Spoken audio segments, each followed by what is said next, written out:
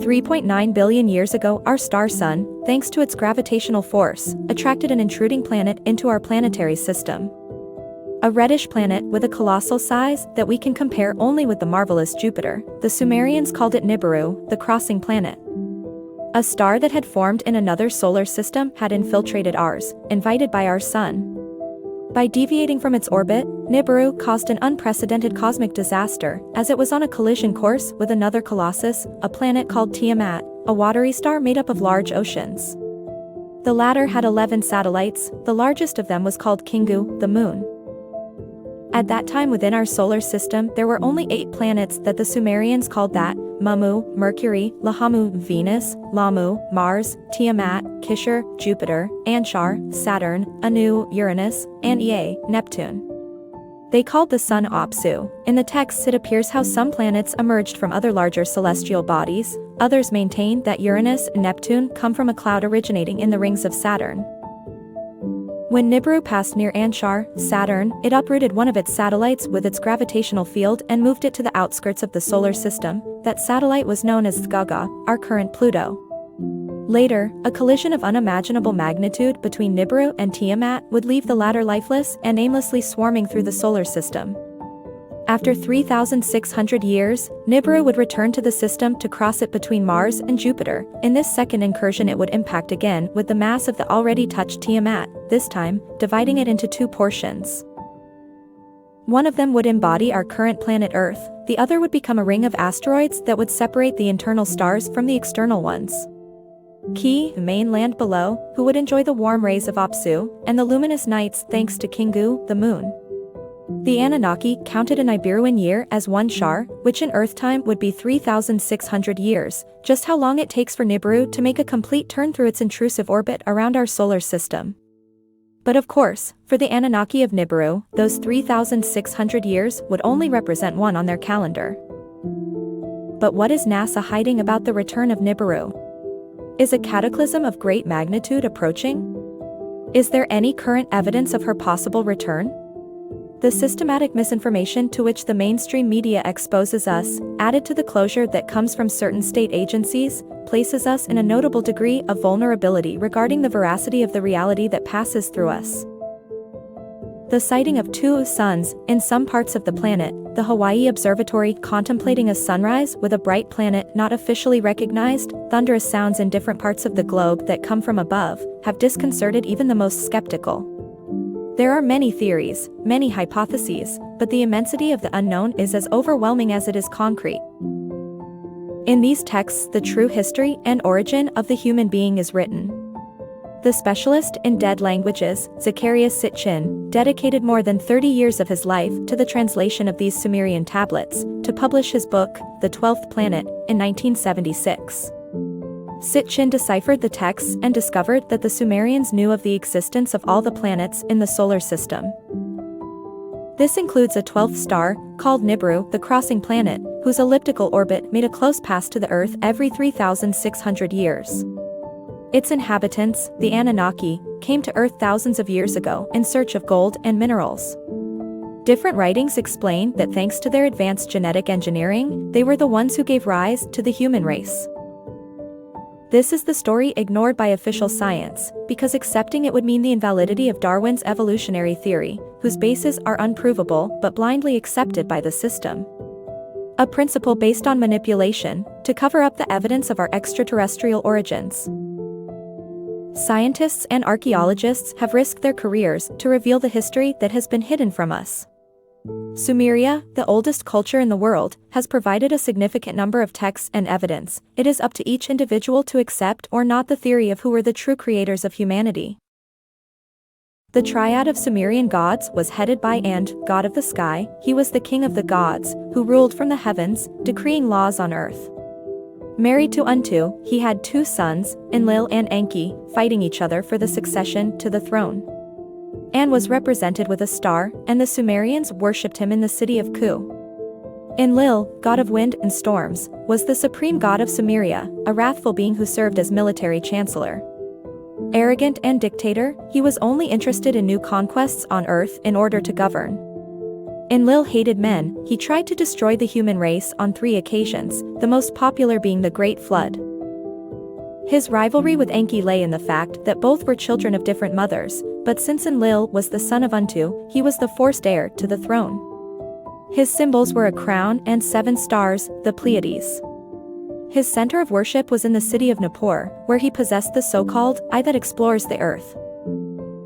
Enki, lord of the earth and god of the waters and seas, was a scientist and engineer with great knowledge of genetic engineering, through which he designed and created the human being, manipulating DNA to improve it through different attempts.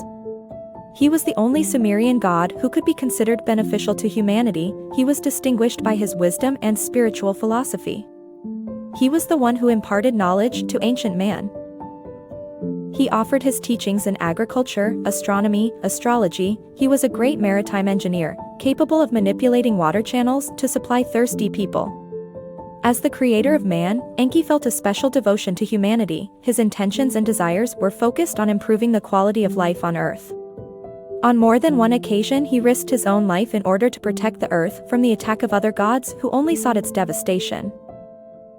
The first Anunnaki expedition that arrived on Earth, according to the tablets, was composed of 50 Anunnaki led by Enki, sent to Earth by his father An. The idea of this trip was none other than to be able to establish a spaceport in the Persian Gulf, in order to build a large refinery for the extraction of gold and minerals. The Anunnaki were facing a serious problem in their ecosystem. On the planet Nibiru, the ultraviolet rays of their galaxy's sun were wreaking havoc due to its weak ozone layer. They needed gold for their own survival. Enki asked his father for permission to build the first town in southern Mesopotamia. Its name was Eridu, which means house built in the distance. The first gold mining expedition failed. Enki returned to Nibiru, with Enlil now in charge of trying again. This time it was in Abzu, the primordial source, who in North Africa would receive 600 Anunnaki on this occasion.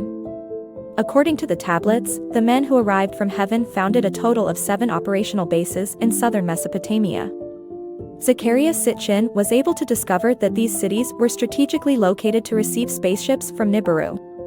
Ninhursag, goddess mother of the earth, would appear on the scene in order to seduce one of her 2 brothers, Enlil or Enki, since if one of them gave them a son, she would become the heir to the throne.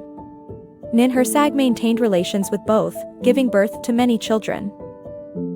While Enki continued with the extraction of minerals, those in charge of that mission would begin to organize to protest the unhealthy working conditions. "We are astronauts, not slave miners," they would complain again and again. When Enlil went to the mines on a routine inspection, revolt broke out. The Anunnaki miners organized a mutiny, burned their tools, and flocked to Enlil's house. That was when the latter would contact his and father's father to inform her that the gold supply was cut off, the mines were closed, and the Anunnaki were refusing to obey orders. The sovereign An accepted the requests of his subordinates by suspending mining activity. It was there that Enki said, "We will create a man into whom the Anunnaki gene can be inserted." He had thought of Homo erectus, a primitive inhabitant that he thought of as a hybrid to be able to cross genes from both species. It was there where he altered the laws of life, still not knowing the end that said experiment could have. The council would approve the initiative and argue. He creates a Lulu, primitive slave, and lets him suffer the yoke of the Anunnaki. Very short deadlines were set, and together with his sister Ninhursag, a genetics specialist, they would begin to work. They took a female hominid to extract the egg and fertilize it with sperm from a young Anunnaki. Once inseminated, it was re-implanted into an Anunnaki female. They would repeat the process with the so-called procreative goddesses, who would give men and women with a very limited mental capacity, something that would condition the use of tools correctly. That is why Enki would lock himself in his laboratory in Eridu to perfect Homo sapiens, making him longer and more intelligent was his goal. For that he used his own semen. There Adapa would be born, whom the biblical texts would define as Adam, who had the ability to reproduce. This angered Enlil, who only pursued the idea of man as a subject of strength, without reasoning, and without the ability to become numerous. The gods would leave the mining exploitation to teach them to cultivate fields, to recite poetry, and to dance and sing for them. This was until some men were ordained priests, so that they could carry out their activity within the temples, worshipping the gods. Each Anunnaki fed their egocentrism in order to be worshipped as a god. Everything we know about these space visitors was thanks to the discovery of some 25,000 clay tablets that tell in detail how this extraterrestrial civilization arrived on Earth more than 445,000 years ago, creating the human being genetically about 300,000 ago. Who were the Anunnaki? We know that although they were considered gods, they were not fundamentally gods, nor were they angels or demons. We can define them as an advanced civilization around physics and technology, capable of crossing dimensional planes and galaxies. Was Jesus Anunnaki? What did the Bible hide from us? How much do we know about our origins as a human race? If the world accepted the Anunnaki theory, Western monotheism and religious control over the state would have been annulled, prejudices in Darwin's theory of evolution would have been ignited, and our understanding of ourselves and our place in the world would have been completely transformed. The universe. There would lie one of the many answers to why this story has been erased and ignored, modified and transformed into an almost mythological novel. Thanks you for watching the video. If you want to learn more about aliens and mysteries, don't forget to follow me on my YouTube channel. See you in the next video.